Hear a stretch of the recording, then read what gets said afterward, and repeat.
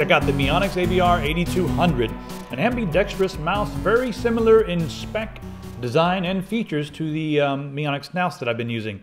First thing that you're going to notice is it's sleek and has a nice rubberized texture on top. In fact, 4 layers of the rubber coating have gone onto this to make it just feel nice and soft and everything. Actually, it's extremely comfortable to the touch. And you know, whether you're a righty or a lefty, it's going to fit your hands just fine. This one will work for anybody. So, in your happy little world, if you want something that's just going to work left or right-handed, well, by all means.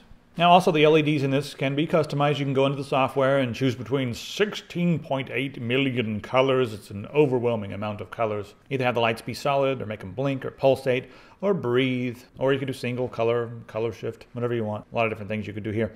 Let's talk about the specs of this unit. Now on the inside here, we do have an 8200 DPI laser sensor. And that's the Avago ADNS 9800, 8200 DPI sensor.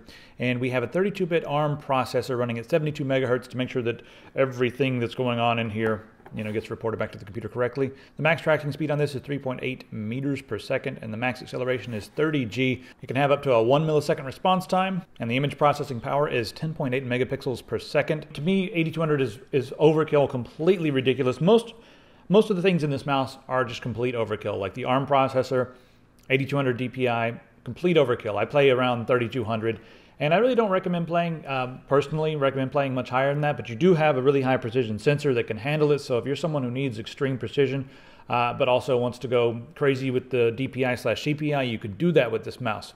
The dimensions of this unit are first in millimeters, 125.3 by 65 by 36.6, and inches, 4.93 by 2.56 by 1.44. The weight of this thing without the cable is 93 grams, and when you add the cable on, it's 145 grams altogether. It glides nice and smoothly. It's got large polytetrafluoroethylene feet. There's one on the top, one on the bottom, sensor in the middle. Also, we do have 128 kilobytes of built-in memory, so you can store some profiles right here, and you can play with all that in the software. This video is not going to get into the software. We're just going to talk about the mouse. Now let's take a tour of all the different buttons on the mouse.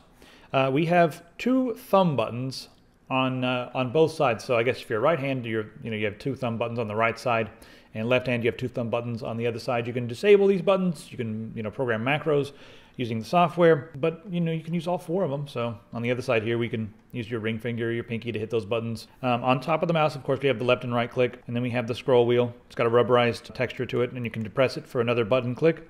And then behind that, we have 2 additional buttons. You can program those, but by default, that'll adjust your DPI, and you can set some different levels. USB cable is gold-plated, which means you're going to be able to plug it and unplug it several times without it wearing out. The cable's also 2 meters long, and it's braided.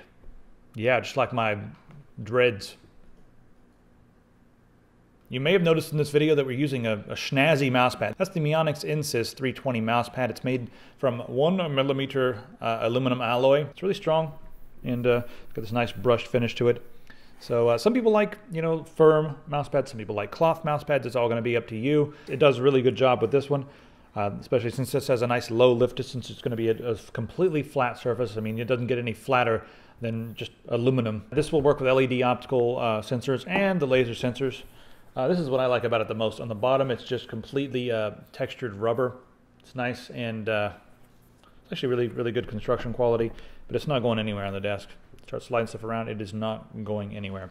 So to sum it up, the mouse is extremely comfortable, ergonomic, it's ambidextrous, it's complete overkill. I mean, the features are just a complete overkill, but the bottom line is that it's very comfortable and very accurate, and you can really configure it to, however your playing style is. So if you guys have any questions, you can always head over to our forum, and if you want to check on the price, you can go ahead and click on the screen right now, and it'll go over to our website, and you can see the newest prices, or whatever the latest prices are.